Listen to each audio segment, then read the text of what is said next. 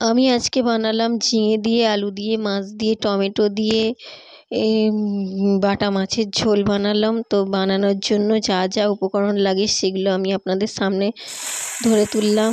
তো প্রথমে আমি তেলেতে মাছগুলো ভেজে নিলাম ভালোভাবে, লাল লাল করে ভেজে নেওয়ার পরে গরম তেলেতেই পেঁয়াজ দিয়ে পেঁয়াজটাকে লাল করে নিলাম। তারপরে রসুন বাটা দিলাম, দিয়ে তার মধ্যে টমেটো দিয়ে দিলাম কুচি করে কাটা। তো তারপরে লঙ্কা দিলাম, লঙ্কাগুলো চেরা ছিল।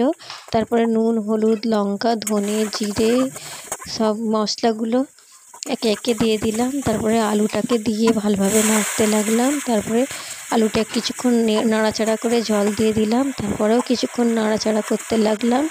নাড়াচাড়া করার পরে তার মধ্যে ঝিঙের টুকরোগুলো দিয়ে দিলাম। দেওয়ার পরে ভালোভাবে নাড়াচাড়া করতে লাগলাম। তারপর তার উপরে মটরশুঁটি দিয়ে দিলাম। মটরশুঁটি দিয়ে ভালোভাবে নাড়াচাড়া করলাম। তারপরে খানিকটা নুন দিয়ে দিলাম। দিয়ে দেওয়ার পরে ভালো করে কষে জল দিয়ে দিলাম।